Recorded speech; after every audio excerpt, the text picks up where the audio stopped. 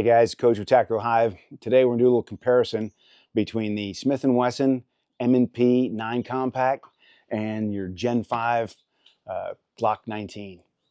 I've got a little history with the Glock and with the M&P. The Glock's a good gun. Nothing bad to say about it, but the grip pitch was an issue. For me, under stress, because this one has a 22 degree and this one has 18, same as the old SIG. So it just fits the American gripping style a little bit better. Before I get too deep into this, full disclosure on the companies behind these guns. Glock doesn't know my name. I've used their products because they were issued to me, and I bought them myself because I wanted to be proficient and do my own training, to be more proficient with my my carry gun. Now, Smith & Wesson, they actually sent me out this M&P 9C with the cool new flat face trigger on it, 2.0 trigger. So they sent for the review. I'm going to do the review. If it's crap, I would let you know, but honestly, it's not crap.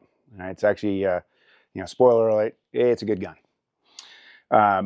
But as we go back to, let's start with the Glock, because that's what we worked with, right? So Glock's awesome gun, but you really have to do stuff to them to make them really awesome. All right, they're reliable as hell, but the sights out of the box kind of suck. The ergonomics aren't a thing. And there's just a lot of little things that you have to do to it. So you get your, $500, $550, whatever the hell they think cost these days. And then you got to do some modifications to it to upgrade it. So I mean, this is actually Doors. This one isn't mine. And he's got this is the Gen 5. It's got the optics, cut on it. What do you got here? An RMR. Okay, so he's got the RMR on there, and it's a good gun. Nice high, grip on there. Bore axis is good. I never minded the little finger grooves that the Gen 3s had, but to each their own. Some people don't like this stuff. The grip on it leaves something to be desired, though. It's not grippy. Just little nubs on it. It's not really enough for me. But like I said, it's a really good gun. Now, Smith & Wesson. This one I bought with my own money not many years ago. And I carried it concealed a bit. This is the subcompact now. Back then that was called the compact. This one's actually a 40 compact, but I put 9mm barrel and 9mm magazines in it because, if I'm not, at the time cops were shooting 40, so I wanted to shoot their ammo when I could. But now everybody's shooting 9, so it works just as good, it's just as reliable, and it's fairly small.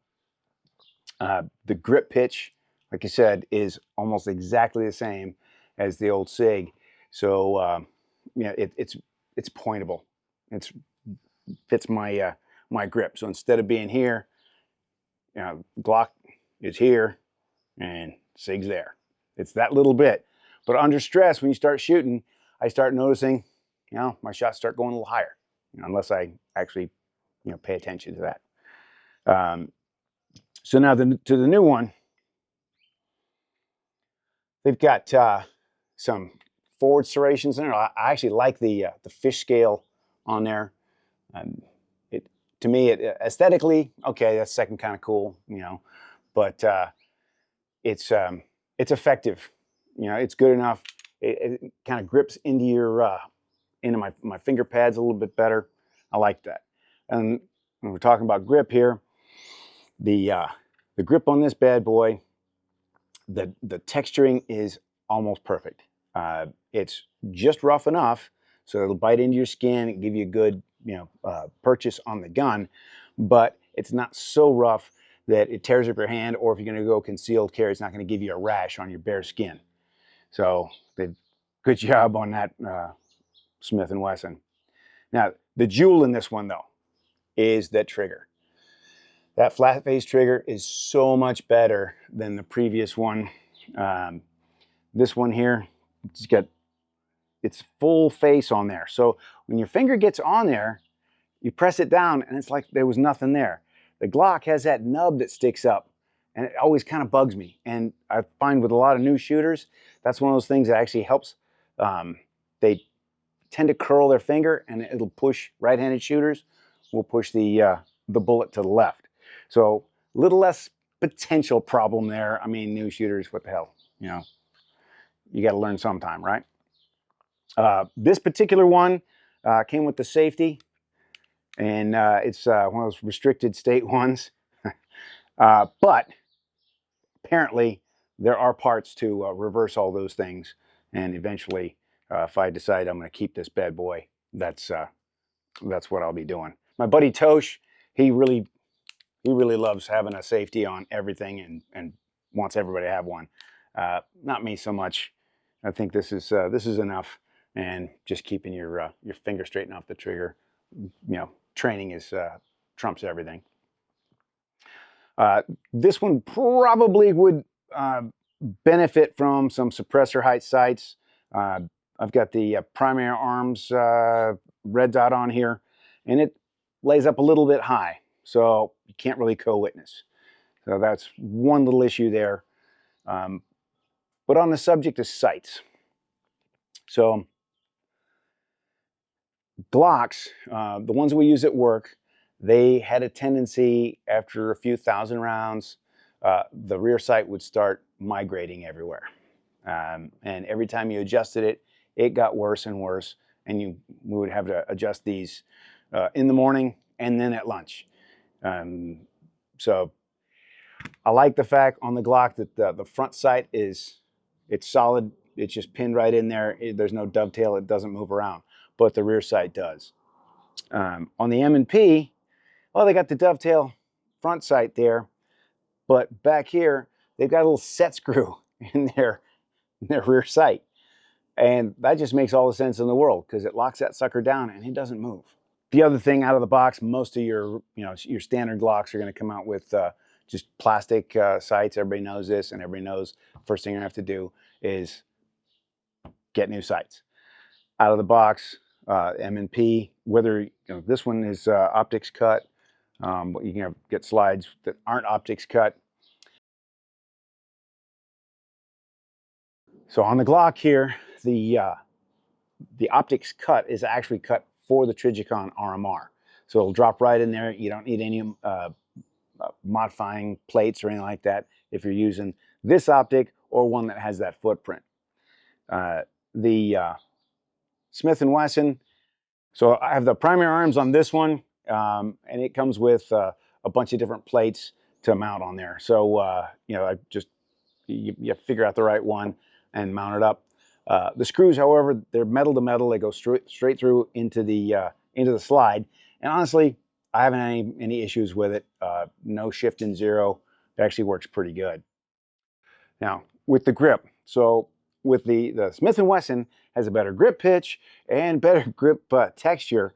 But one other thing it has is adaptability. And I know some Glocks out there, some models have adaptable rear straps. The ones that we had for the military didn't.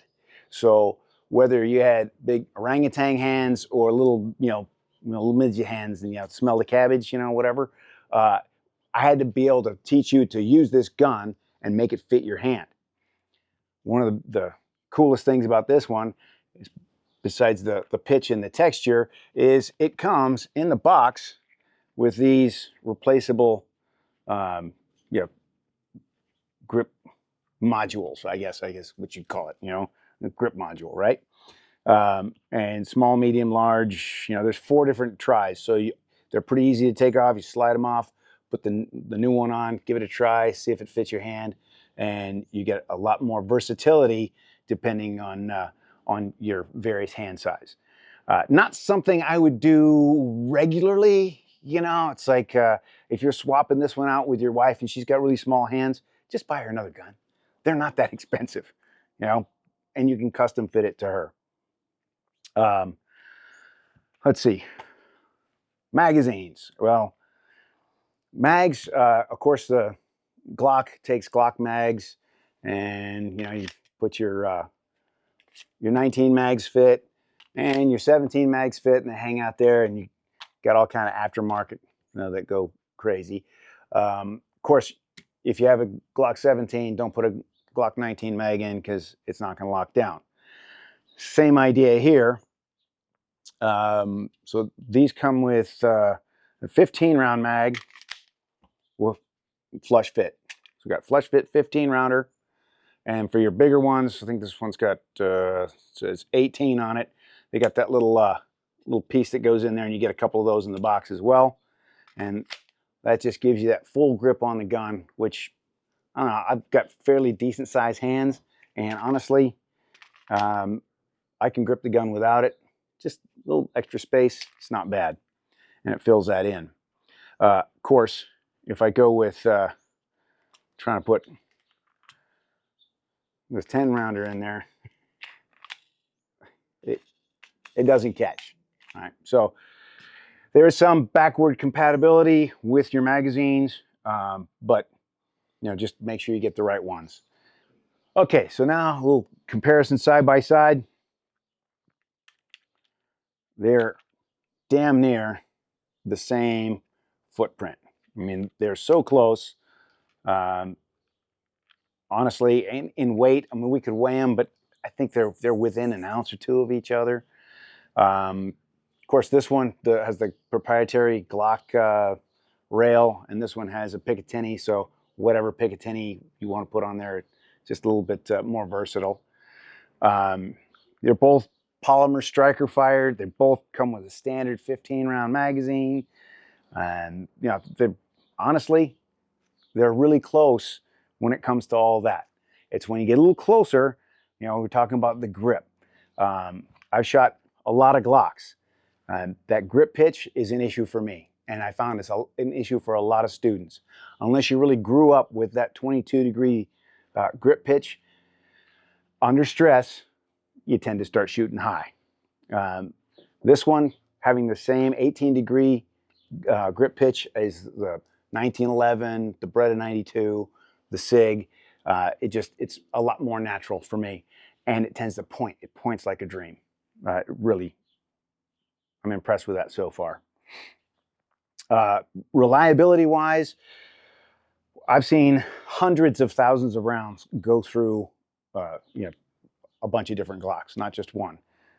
You want a couple 100,000 rounds through a gun, get a 226. I've seen it. The around 500,000 rounds, I think, is when the slide cracked on the ones that we were getting, and that's way down the road. No civilian's ever going to see that, right? I've got a few thousand rounds through this one now, not a hiccup. So for reliability, I'm going to say they're pretty much exactly the same. And accuracy, there was no real difference. Now, recoil impulse. Okay, so you got a slightly tighter bore access with this bad boy, all right? That translates to maybe a little bit slightly less recoil impulse that's felt, right? But because of the grippiness here, it tends to slip in your hand anyway. So this one, that little extra height that it has, well, it keeps the big fat part of my thumb webbing here from getting up there and getting those railroad tracks from the slide. And honestly, I don't see much difference in the muzzle flip or anything else like that. The recoil impulse is very similar to me. Your mileage may vary, right? Now back to this trigger. That's the sweet spot. So we went from the standard trigger, tried an enhanced trigger, and we had reliability issues with this one. So we went back to the stock trigger. This one, stock, out of the box, is just fine. It's awesome. I like this trigger so much that I went and requested the guys from Smith & Wesson send me out so I could retrofit my old one. So that's why that one has on there rather than that old articulating trigger, which I don't think anybody really liked. But they still make them on a few of their models. Smith & Wesson, just put that trigger on everything. You know, it used to be a performance trigger, but they've tested it, and the thing works all the time, every time, and it's smooth. I've got a few thousand rounds, like I said, through this one, and it just gets smoother and smoother. So my experience with each one of these, carrying them as a civilian, on the civilian side. Military, I carried the Glock a little bit, taught the Glock, but I also carried it. This is Doors, and it's got the optic on there, and I'm coming around to optics. Kind of new with that, but I've carried something just like this around. It fits in the same damn footprint. It's a little smoother. I carry 3 o'clock normally, so you know, under my shirt, rubbing it against my skin, no big deal. You know, it's good. I mean, you know, Glocks. Let's see, they're a buddy of mine calls them the AK-47 of pistols. I'm thinking more the Honda Civic of pistols. You know, I mean, you don't ever want to, you don't ever want anybody to see you driving one, but you're driving, right? The thing is going to start and it's going to drive, but no one's going to remember you. So it's just plain Jane, but it does its job. Now, when you start putting, you know, a lot of aftermarket stuff on there, there's a lot of aftermarket triggers that are not as reliable. There's all kinds of aftermarket crap for these things, because there kind of has to be. You know, you want to customize these because they're so plain Jane. So when it comes to Smith & Wesson, I don't know whether they learned a lesson from that or not. They took a look around. It comes out of the box with a lot of stuff that you need. So there's not a lot of aftermarket crap out there for them. But that's kind of a good thing. You know, there's a lot, you don't need it, number one. And it comes with everything, and there's less chance of you screwing things up, right? Like you can with a Glock. Just saying. But carrying them both, I carried this one for a bit. It's, you know, fits almost, it won't fit in the same holster, but it's the same size holster. I think I got a Works holster for this bad boy. And man, it drops right in there and holds right in next to you. The grit here, like I said, does not chafe you, but it's really good when you get a hold of it. So overall, I mean, between the two, if you're a Glock guy, you're going to go Glock, but try one of these. All right. You might find you're not as much of a Glock guy as you thought you were. I'm not tied to anybody. Okay. I've used the Glock, I've used the SIG, and now that I've found this one, you know, the Glocks and SIGs I got through work. This one I bought initially as the Gen 1, and now with this Gen 2, I think they've really they've knocked it out of the park. For me, I would tend to go to this one just because of those little ergonomics, and it's been just as reliable as the Glock. So I'm going to give the edge to the Smith & Wesson, not because they sent me the gun, but because that's just how I feel, right? And I've got nothing against Glocks. Glocks work. They're awesome. If you like Glocks, perfect. Keep doing it. You got nothing wrong. But give this new Smith & Wesson a try. And I think, especially with this trigger, you'll like it. And guys, as always, if you like this content, you know, like, subscribe, leave a comment. Maybe if you don't mind looking at my ugly mug, you know, a little more, go over to PFI Coach and check out the videos that I'm doing there on my own. But till next time, Coach out.